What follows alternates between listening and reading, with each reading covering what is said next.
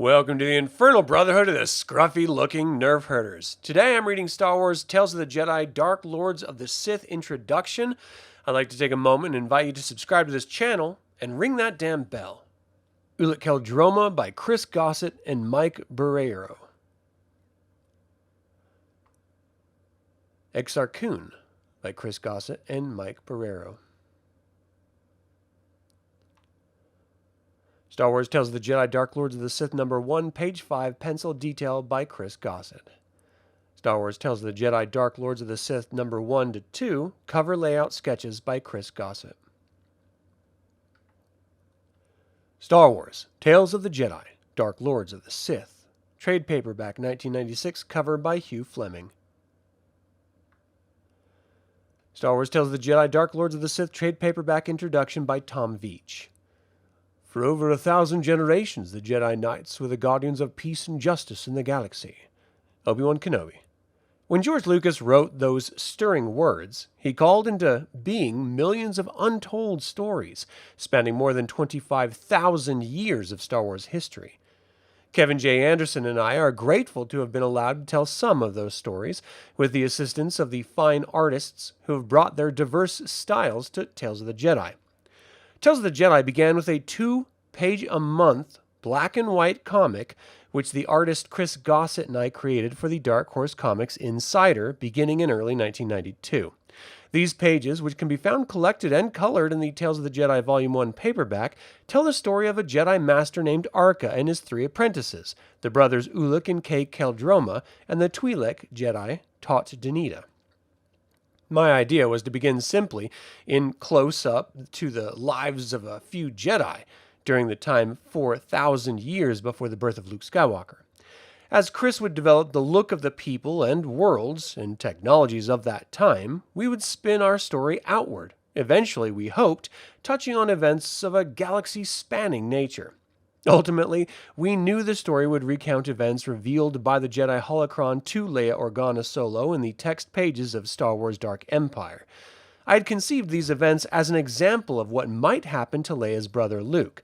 The holocron told Leia that there once was a great and honored Jedi named Ulic Qel-Droma who, like Luke Skywalker, had tried to conquer the dark side of the Force by learning its secrets.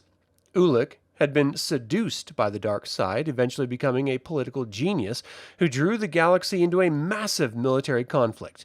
Now, Chris and I, together with the artists Janine Johnson, David Roach, Mike Barreiro, Tony Atkins, Dennis Rodier, Suzanne Bourgdages, Pamela Rambeau, and Dave Dorman, were fleshing out the holocron's tale with images and stories of Ulic and other Jedi Knights and Masters.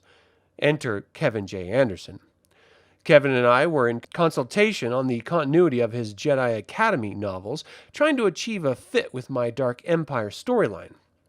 Kevin had a character named Exarchun, a Dark Lord of the Sith, whose spirit had been imprisoned for millennia in an ancient temple of the moon Yavin 4. Wouldn't it be great, we said, if we connected the historical Exarchun to Ulic Qel-Droma's story in Tales of the Jedi? In a fit of mutual enthusiasm, we constructed a massive proposal for a 12-issue comic book series to be called Dark Lords of the Sith. Our proposal called for major revelations about the history of the Star Wars galaxy. We would reveal exactly who the Sith people were, including their arcane mysteries and powers and their ongoing conflict with the Jedi and the Galactic Republic. And we would recount events surrounding the lineage of the infamous Dark Lords, those fallen Jedi who ruled the Sith using the powers of the dark side of the Force. Darth Vader, you will remember, was a Dark Lord of the Sith. When Lucasfilm approved our proposal, we set to work with editor Dan Thorsland to put it all on paper. As I look at what we accomplished, I feel a sense of pride. I also see how things didn't turn out as we envisioned. Partway through the project, due to unlucky circumstances, we lost our penciler, Chris Gossett, whose talent for imagining the look and feel of the Star Wars universe is, in my opinion, comparable to the work of the artists who designed the Star Wars films. Fortunately, penciler Art Wetherill was there to help us carry on.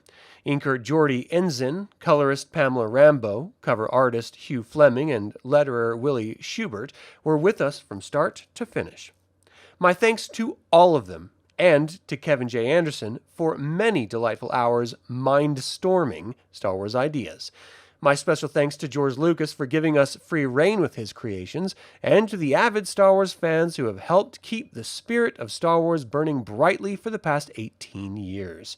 It is our fervent hope you'll enjoy this brief glimpse into the past of the Star Wars galaxy and the history of the Great Order of Jedi Knights.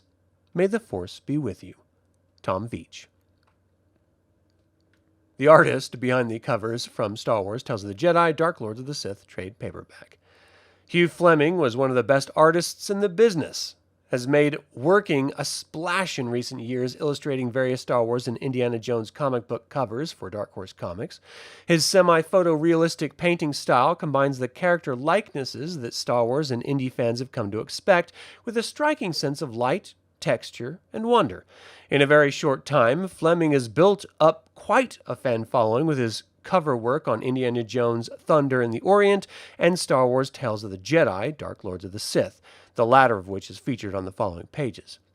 A love of comics that began as a child is what eventually led Fleming to pursue work in the comics field.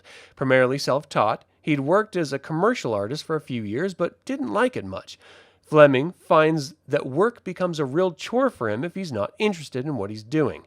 In 1988, a friend and fellow movie buff helped rekindle Hugh's interest in comics. Says Hugh, "I saw some of the new stuff that the comics industry was serving up, and it renewed my interest."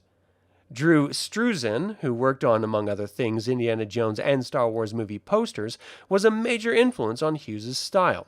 Struzan uses gesso, a type of modeling paste, as a thick undercoat to produce a textured and stylistically bold image with noticeable loops, swirls, and patterns.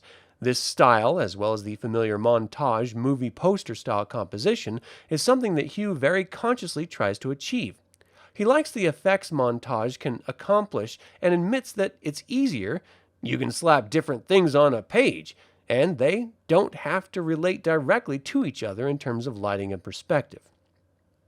Hugh's also a fan of Steve Rude's and Bill Sienkiewicz's painting styles. Talking about the infusion of stylistic influences, Hugh explains that for him, there are different levels of influence. He points out that if he likes something about someone else's style, it's going to trickle through, even if it's not obvious to the casual observer. You wouldn't necessarily see anything of Sienkiewicz's style in Hughes's paintings, but he says, "I'd like to think there's a little bit of Steve Rude in there and a fair proportion of Struzan." Hugh also considers among his influences and inspirations Dave Stevens, J.W. Waterhouse, and Alphonse Mucha. Hugh Fleming lives and works in Brisbane, Australia. He is insanely happy, and if he has had his life to live over, he would do it all the same way again. Except next time, he'd skip seeing any of the Batman movies. Self-portrait, courtesy of Hugh Fleming. Star Wars, Tales of the Jedi, The Sith War, trade paperback 1996, cover by Matthew Lafray. Star Wars Tales of the Jedi Redemption, trade paperback 2001, cover by Alexander McDaniel.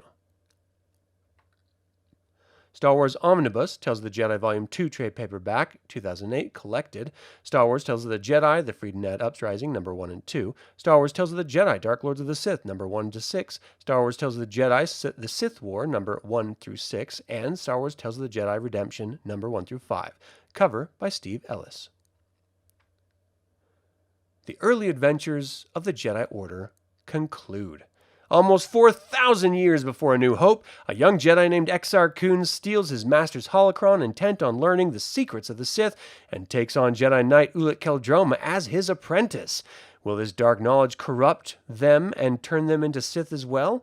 Only the Jedi Nomi Sunrider may have the answer to the fates, and whether they face doom or redemption in the Force. As war turns Jedi against Jedi, who will survive, and who will be lost to history? Star Wars Tales of the Jedi Dark Lords of the Sith number 1 through 6, Star Wars Tales of the Jedi The Sith War 1 through 6, Star Wars Tales of the Jedi Redemption number 1 through 5, and material from Star Wars Tales number 23 and Dark Horse Comics numbers 7 through 9.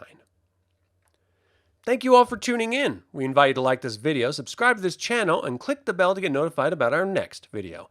I'd like to invite you to support this channel today through memberships and apparel. Until the Infernal Brotherhood convenes again, my fellow scruffy-looking Nerf herders, may the Force be with you.